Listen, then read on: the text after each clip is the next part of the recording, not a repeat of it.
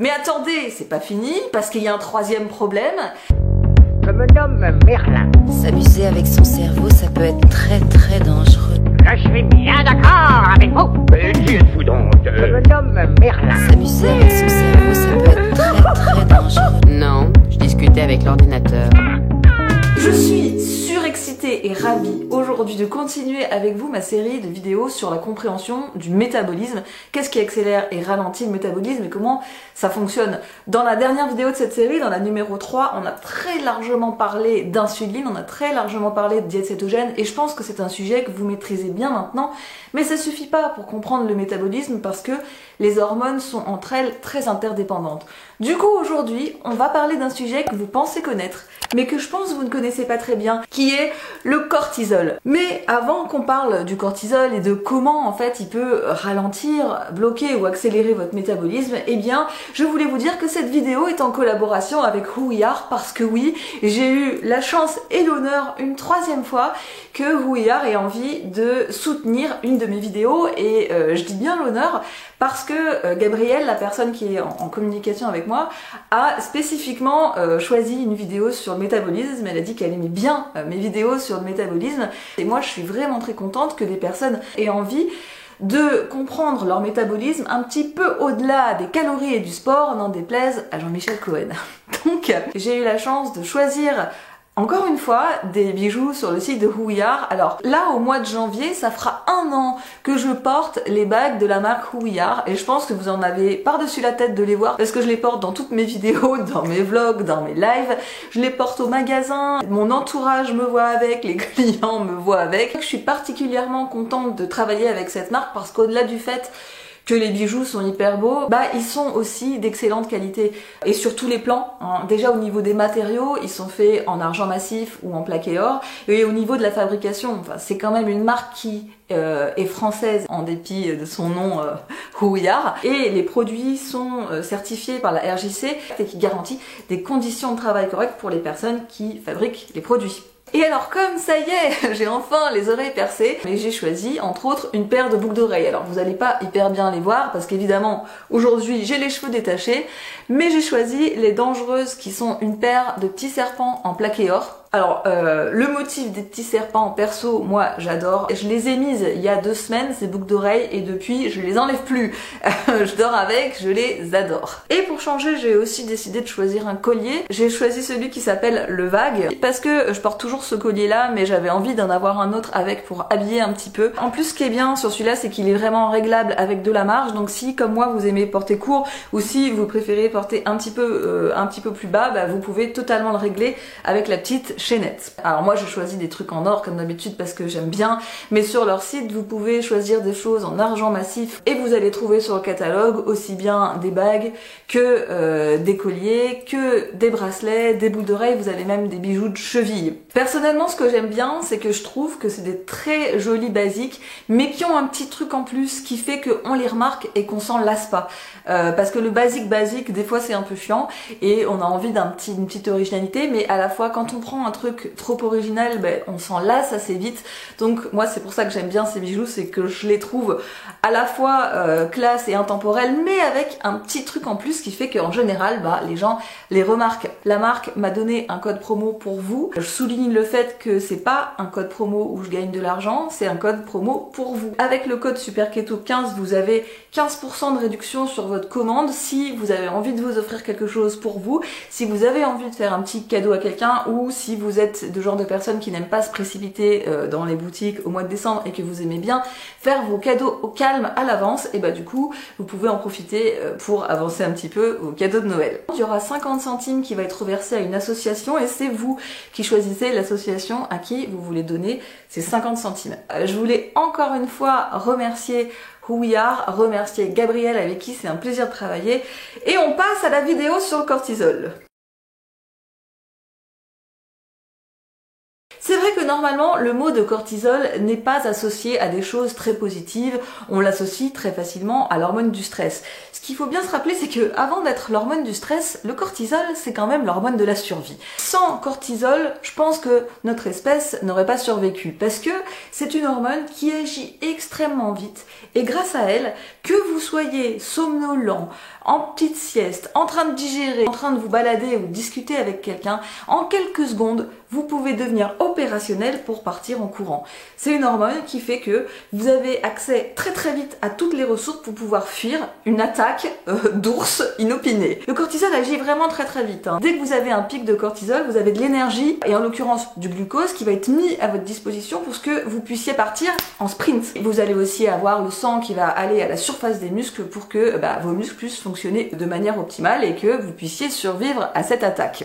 Et puis si vous survivez, après vous allez pouvoir vous détendre et le cortisol va redescendre. Le problème, je dirais, c'est qu'aujourd'hui, il y a deux choses majeures qui diffèrent de à l'époque. La première chose, c'est qu'aujourd'hui, quand on a un pic de cortisol, il n'est pas toujours suivi d'un sprint, si vous voyez ce que je veux dire. C'est-à-dire que, à part si vous êtes en train de faire du sport, la plupart du temps, après un pic de cortisol, physiquement, il n'y a pas grand-chose qui se passe. Donc, vous avez de l'énergie qui est mise à disposition, mais vous en profitez pas pour partir en courant, ce qui fait que l'énergie reste là.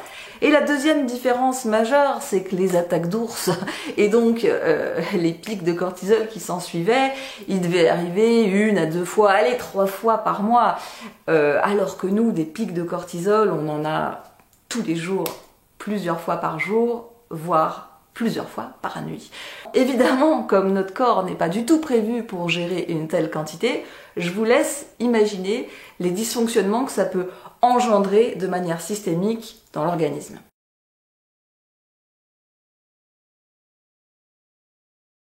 Alors non, je vous laisse pas imaginer en fait, on va en parler, ces pics de cortisol, qu'est-ce que ça provoque et comment ça se fait que ça peut gêner votre métabolisme. Le truc c'est que, donc, on a dit que le cortisol, ça mettait de l'énergie à disposition du corps, donc en fait ça va mettre du glucose à disposition du corps, donc ça va élever la glycémie. Mais si ce sucre dans le sang, cette énergie, elle n'est pas utilisée pour partir en courant, la glycémie va rester élevée. Et si la glycémie reste élevée, le corps, qu'est-ce qu'il fait? Il essaye de réguler tout ça en la faisant redescendre, et il la fait redescendre avec de l'insuline. Donc vous voyez le problème que ça pose, c'est que si votre glycémie est sans cesse réélevée à cause de pics de cortisol, votre insuline, elle va être sans cesse stimulée pour essayer de faire redescendre. Donc vous allez avoir plusieurs fois par jour l'intervention de l'insuline, et vous le savez, l'insuline c'est une hormone qui génère du stockage, mais c'est aussi une hormone qui empêche de déstocker. C'est-à-dire que si vous avez un pic de cortisol au moment où vous mangez, ou au moment où vous digérez, au moment où il y a des acides gras en circulation, vous allez stocker. Mais même dans les moments où vous n'êtes pas en train de manger et où vous pourriez déstocker de l'énergie parce que vous êtes en cétogène, parce que vous faites ci et ça, s'il y a de l'insuline, vous en êtes empêché. Donc par ce premier mécanisme, le cortisol va avoir un effet sur l'insuline qui va avoir un effet sur votre métabolisme, et si vous produisez tout le temps du cortisol, vous allez avoir un métabolisme qui a du mal à brûler et qui stocke plutôt beaucoup. Le deuxième problème, c'est que autour de notre sangle abdominale, on a 8 à 10 fois plus de récepteurs de glucocorticoïdes que partout ailleurs. Ça veut dire que quand on produit du cortisol et que on va stocker des graisses, à cette zone, on va stocker beaucoup plus. Ce qui fait que quand on a un dérèglement du cortisol, on va avoir tendance à stocker autour de la sangle abdominale. Mais attendez, c'est pas fini, parce qu'il y a un troisième problème. C'est que de la même manière qu'on peut être résistant à l'insuline ou résistant à la leptine, eh bien on peut aussi devenir résistant au cortisol. C'est exactement le même fonctionnement.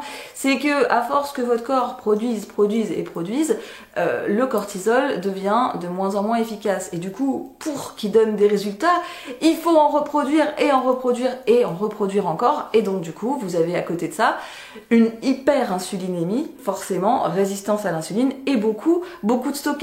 Et c'est comme ça que dérégler son cortisol amène à dérégler son insuline, amène à dérégler son métabolisme. Alors je sais, ça fait un peu scénario catastrophe, mais c'est pour que vous compreniez comment ça fonctionne. Et maintenant, on va voir quels sont les éléments événements qui amènent dans nos vies un dérèglement du cortisol. On sait tous que le stress est un facteur important, mais le stress est un élément sur lequel on a beaucoup de mal à agir, et il faut savoir qu'il y en a d'autres, et que c'est important de les connaître aussi, parce que ces autres, on a parfois plus de facilité à agir dessus parce qu'ils sont plus concrets ou parce qu'ils sont plus à notre portée. Donc c'est important de tous les connaître, et en plus vous allez voir qu'ils sont interdépendants.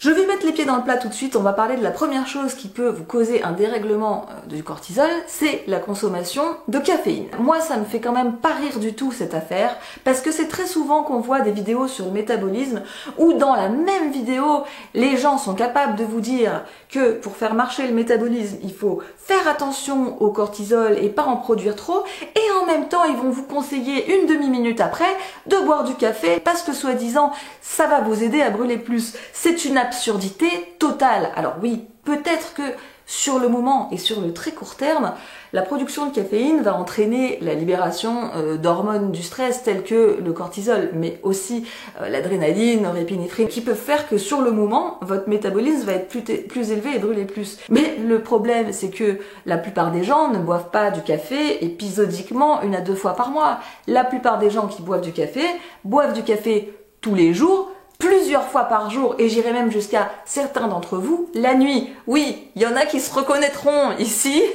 dans cette assemblée, il y en a qui se lèvent la nuit et qui boivent du café.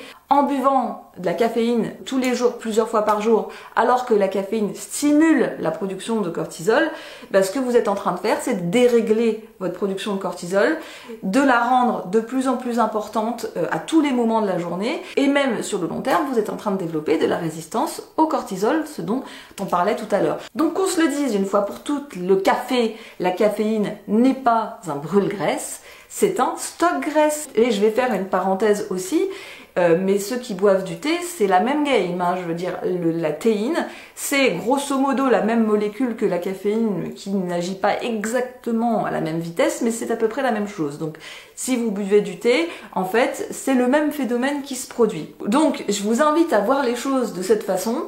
La caféine, ce n'est pas un brûle-graisse, c'est un stock-graisse. D'ailleurs maintenant, la prochaine fois que vous vous baladerez dans une boutique et que vous verrez des brûle-graisses, draineurs, machin et tout, bourrés de guarana et de caféine et de choses comme ça, vous pourrez aller voir la vendeuse en lui disant « Excusez-moi, je crois qu'il y a une erreur sur le paquet, il y a écrit brûle-graisse, mais en fait, c'est stock-graisse. » Pas sûr que ça fasse rire la fille.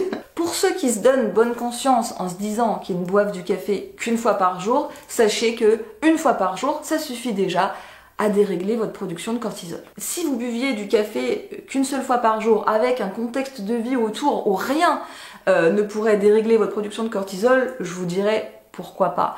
Mais la plupart des gens, en plus du café, il y a tous les autres facteurs qui viennent aussi perturber leur production de cortisol. Donc on va passer à la suite. Le deuxième facteur, c'est la porosité intestinale. Porosité intestinale et dysbiose intestinale génèrent une inflammation qui va stimuler fortement la production de cortisol. Tout ce qui est syndrome du côlon irritable, SIBO, dysbiose dans l'intestin grêle, candidose, bactéries, porosité intestinale, enfin tout ce qui va autour de cette sphère va générer de l'inflammation. Cette inflammation, via le nerf vagal, va communiquer du stress au cerveau qui va du coup produire beaucoup de cortisol. Pour toutes les personnes qui ne comprennent pas pourquoi le métabolisme il est fortement en lien avec votre intestin et votre microbiote, là on voit très bien pourquoi. Parce que le microbiote, quand il est déréglé, l'intestin, quand il est poreux, quand il y a de l'inflammation au milieu de tout ça, ça communique via le nerf vagal une information de stress et ça génère une très très forte production de cortisol. Donc là on voit bien vraiment l'interdépendance entre l'intestin et le métabolisme. Troisième chose qui va générer un dérèglement du cortisol, c'est une carence en magnésium.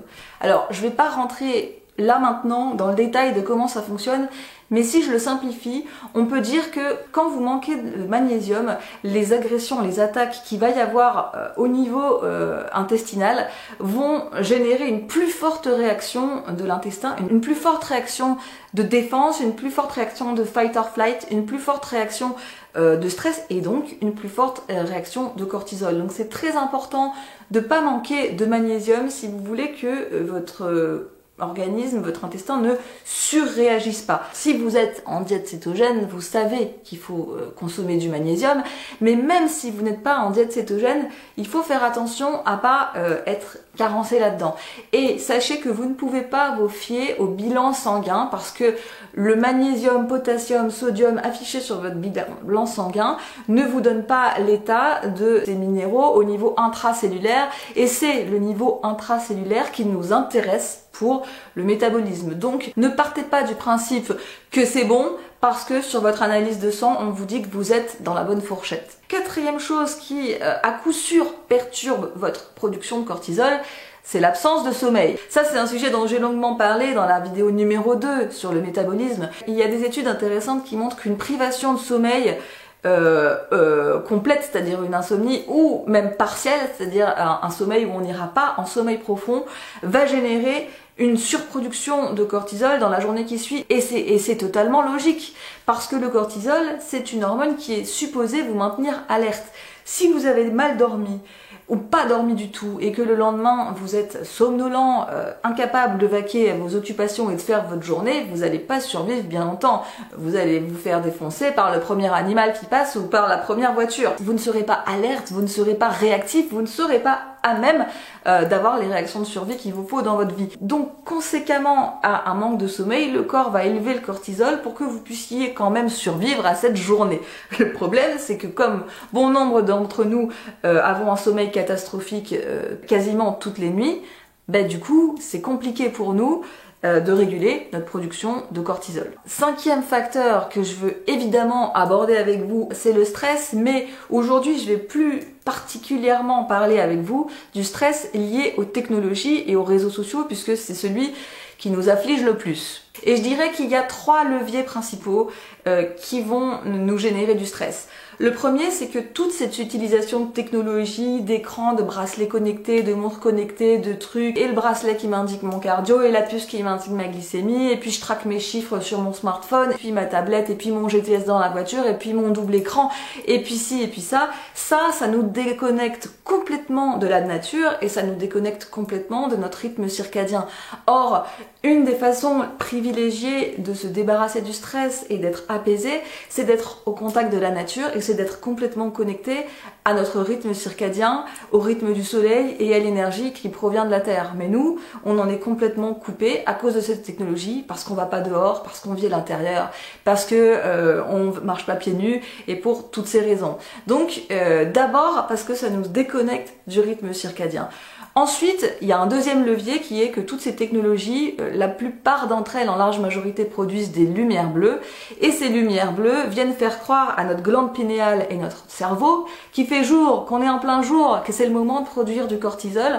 Ça serait pas grave si on les utilisait que le matin, mais en fait on les utilise toute la journée, et à plus forte raison le soir quand on rentre chez nous, c'est là qu'on fait notre plus grosse consommation de tablettes, d'écrans, de lumière, de réseaux sociaux, etc. Donc c'est là qu'au moment où le cortisol devrait être le plus bas, on s'en envoie plein la figure et dans tous les coins, et donc ça stimule une surproduction de cortisol au moment où il devrait être quasiment à 0. Et le troisième levier, et je pense le plus fourbe, le plus complexe et le plus dur à comprendre pour nous, c'est celui qui est lié aux réseaux sociaux. Les réseaux sociaux, on y est addict parce que ça nous génère une production de dopamine.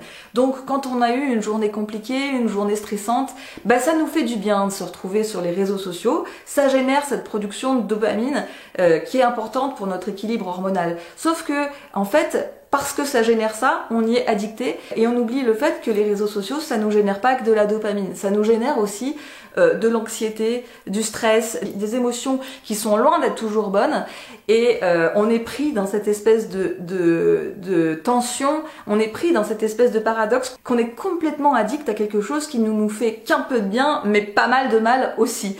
Si vous êtes intéressé par ce sujet, je vous conseille de lire Dopamine Nation, qui est vraiment un très bon livre là-dessus, et qui explique fort bien tous ces mécanismes. Mais bon, pour ces 3 raisons principales, la déconnexion à la nature, la surproduction de lumière bleue, et puis l'addiction et le stress que ça génère, notre consommation de technologies et de réseaux sociaux nous génère énormément de cortisol.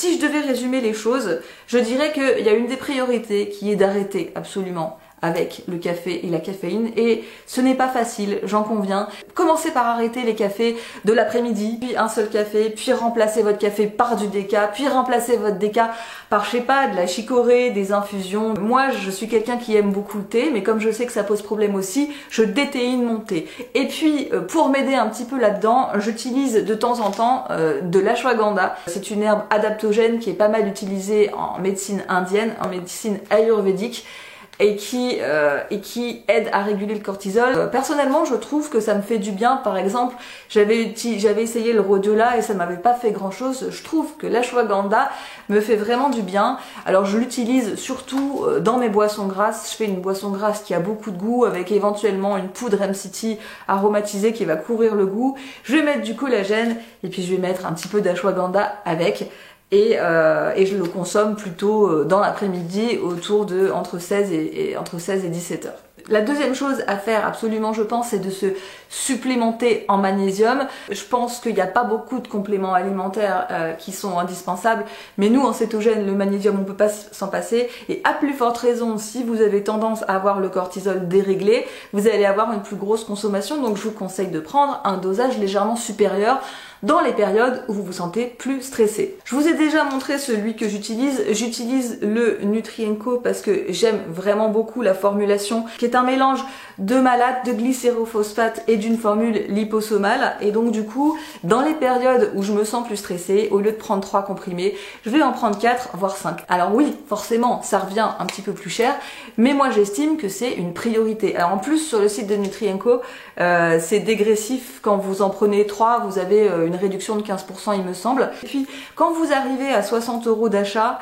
vous avez la livraison offerte et si vous mettez mon code SUPERKETOD à votre commande, vous avez une vitamine D offerte. Comme on arrive dans la période de l'hiver où on va être en manque de vitamine D, c'est plutôt une très bonne chose et un excellent complément. Et comme c'est de toute façon c'est quelque chose dont vous aurez besoin toute l'année en cétogène et même ailleurs je dirais, de toute façon c'est de l'argent bien investi. Si vous n'aimez pas acheter sur internet, sachez qu'en magasin bio, vous allez trouver la marque Vital Plus qui est très bien et vous pouvez chez Vital Plus acheter un malate ou un bisglycinate. Et ce que je vous conseille de faire, c'est de faire des rotations pour ne pas saturer les canaux d'absorption. Donc un coup vous prenez un malate, un coup vous prenez un glycérophosphate. Évitez les oxydes, évitez les citrates ou les formes qui sont pas très absorbables parce que sinon vous payez un magnésium que vous mettez aux toilettes. Troisième chose à faire, c'est évidemment de travailler sur votre sommeil. Du coup, le magnésium, prenez-le plutôt à 17-18 heures, ça vous aidera. Respectez l'ensemble des consignes que je vous donne dans ma vidéo sur le sommeil, je vais pas vous les redire ici. Concernant le stress et tout ce qu'on a dit sur les réseaux sociaux et les technologies, moi, ce que je vous conseille de faire, on peut pas changer toute la vie qu'on a et on peut pas retirer du jour au lendemain toutes ces technologies qui sont au cœur du fonctionnement de cette société. Mais je pense que c'est important de se poser la question, quelle est ma consommation de ces trucs-là? Est-ce que ces choses-là me servent et me sont utiles ou est-ce que je suis en train de devenir l'esclave de ces trucs-là?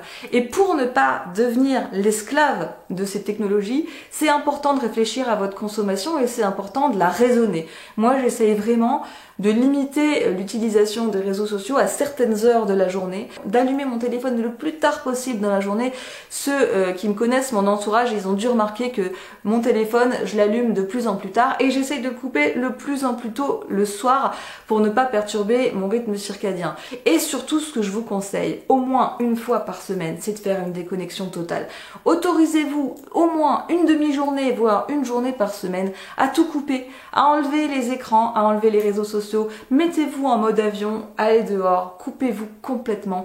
C'est une des meilleures façons de vous reconnecter à votre rythme circadien, de vous reconnecter à la nature, de reconnecter vos yeux à la lumière du jour. Mettez-vous pieds nus, passez du temps dehors, désintéressez-vous de ce qui se passe sur le compte de machine ou de machin et de je ne sais plus quoi. Vous verrez que vous aurez du mal à y retourner après parce que instinctivement, quand on se déconnecte comme ça, on a une espèce de rejet et de répulsion en fait à retourner à son téléphone parce que notre corps il sait, notre instinct il sait que dans le fond on n'a pas vraiment besoin de tout ça. Bref, du coup, je vais écourter pour vous limiter un petit peu le temps d'écran. Si cette vidéo vous a appris des choses et si vous aimez les vidéos sur le métabolisme, s'il vous plaît, laissez-moi un petit like, abonnez-vous à ma chaîne. Un grand merci du coup à Who We Are d'avoir encore une fois voulu soutenir une de mes vidéos. Et je vous dis à très bientôt dans la télé-réalité de la cétose.